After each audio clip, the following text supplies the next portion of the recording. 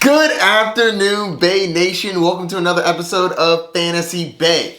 I'm your host, Mike Williams, and here's my co-host, Geoffrey. Good afternoon, Bay Nation. Today we are going to be going over waiver wire selections for the week, starting at the top with running backs. Every player on this list is not going to be useful for the rest of the season. Some of them are going to be short-term, some of them are going to be long-term. It all depends on what you need. We have a lot of bye weeks coming up, so maybe you need to fill in for a game or two. Or maybe you lost someone and you need somebody more long-term. So I'm going to try to spell that out for you a little better. Starting at the top, Duke Johnson. He's one of those short-term rentals. David Johnson got a concussion last week, and I think that he's going to have a viable backup in Duke Johnson. If you need a 1, maybe 2 week fill-in, if David Johnson is out, because we don't even know at this point if David Johnson will miss this game. But if you need somebody, he was a serviceable backup. He's always been fairly good. He's great in the passing game, so I do think that he is a viable pickup this week if you need something short-term. Another player, a little more long-term, but not as big of an upside, J.D. McKissic. J.D. McKissic is getting a lot of targets, and with Alex Smith taking over in quarterback roles, I do believe that he gets more involved, and he had 14 targets last week. That's incredible. I love to see that, especially playing in a PPR league. Next, we have Jordan Wilkins, running back for the Indianapolis Colts. Jonathan Taylor has not been playing as advertised.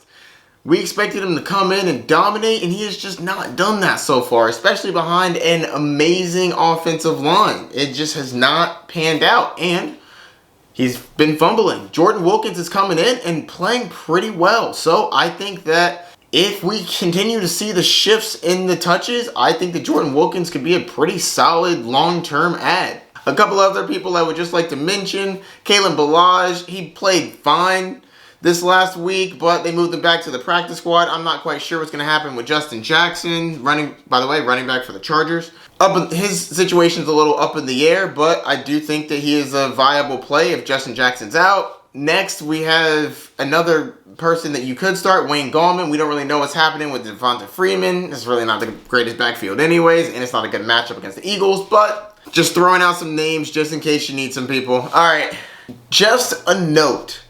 I didn't mention a few of these running backs, but I need you to keep your eyes out for them because some people have been dropping them, and these players should not be dropped. Backup running backs that have running backs in front of them that are injury prone or amazing handcuffs, you need to hold on to them, such as Mike Davis. We don't know what's happening with Christian McCaffrey.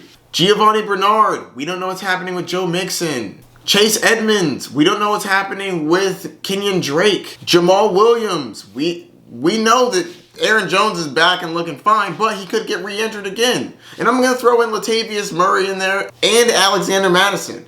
I think that all these players should be rostered, so don't just go dropping them willy-nilly, because if that starter gets injured, you want the backup on your team so that they can make a difference. At this point, a lot of your players are past their bye, so you want to make sure that you have some upside players on your bench, so if something happens, your team gets a major boost. Next, we have the wide receiver position. Jalen Reagor is a very solid add. This is one of those long-term kind of ads, because the Eagles need someone to throw it to. Yes, Travis Fulgham has been fantastic so far this year, but they need someone else. Yes, Alshon Jeffrey should be coming back, but I believe Jalen Reagor is going to be sliding into that Deshaun Jackson role. So I think that he's going to be viable. I think that you could pick him up this week and you could be using him later on in the season as well. Next, we have Tim Patrick. I really like Tim Patrick. I think Tim Patrick is very good in this offense. Drew Lock looks like he's going to be slinging it, and I'm trying to be a part of that. So I think you should grab Tim Patrick. He's not just a short-term play. I think he's a longer-term play as well, depending on the matchups. Jacoby Myers. I know everybody was tuned into that Patriots game. Jacoby Myers played great. He seems to be the first target for Cam Newton, which is amazing. We all know that Julian Edelman has gone down to injury. We don't know when he's going to come back. The Patriots are saying we hope it is not season ending, so I'm really not confident on the Julian Edelman front. So I think that he's going to have that role for a minute. Yes, I know that N'Keal Harry should be coming back, and they just picked up another guy, but I do think that Jacoby Myers seems as though he's a bright spot in this offense, and they don't have very many of those anymore.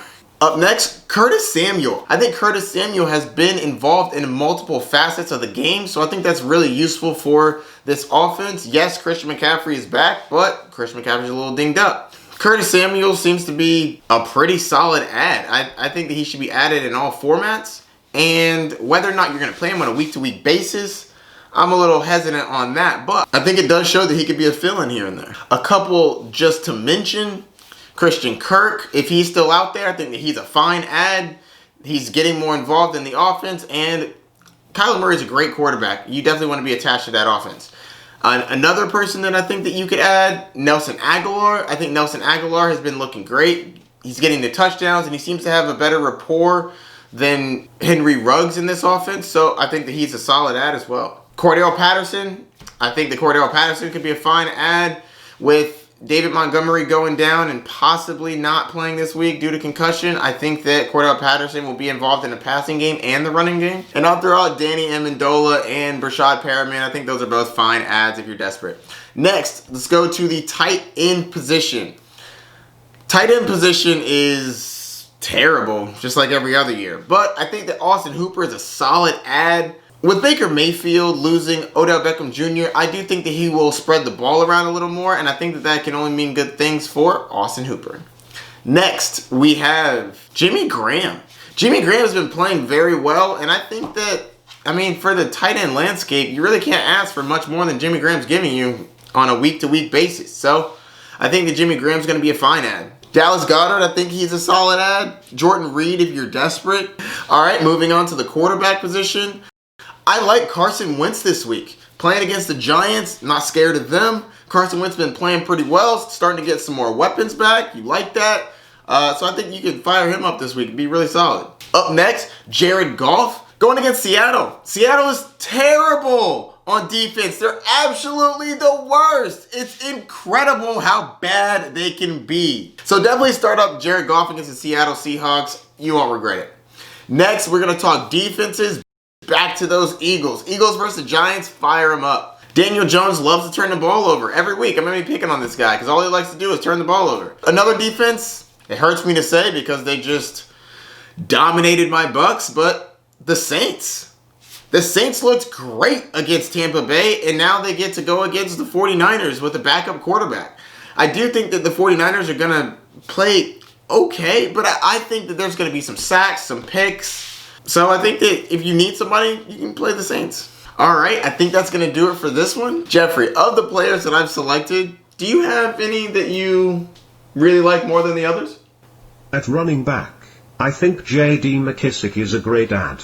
He is the pass-catching running back on a team that will be down in games often. At wide receiver, I like Christian Kirk. He has had 8 targets each of the last 2 weeks and 5 touchdowns, the last 3 games. He is the wide receiver 5, over the last 4 weeks, and he only played 3 games. At tight end, Austin Hooper is going to have a healthy number of targets for a tight end. For quarterback Jared Goff, against the Seahawks' historically bad defense is a good start. The Eagles are my defensive choice. Daniel Jones has the 3rd most interceptions, sacks and fumbles on the year. Yeah, I actually like all of those. Obviously they were on my list. But no, I think that those are all great selections, and your reasoning behind it is very logical. Especially J.D. McKissic. All right, I think that's going to do it for this week. Good luck on the waiver wire. Let me know if you have any questions. You got this. Peace.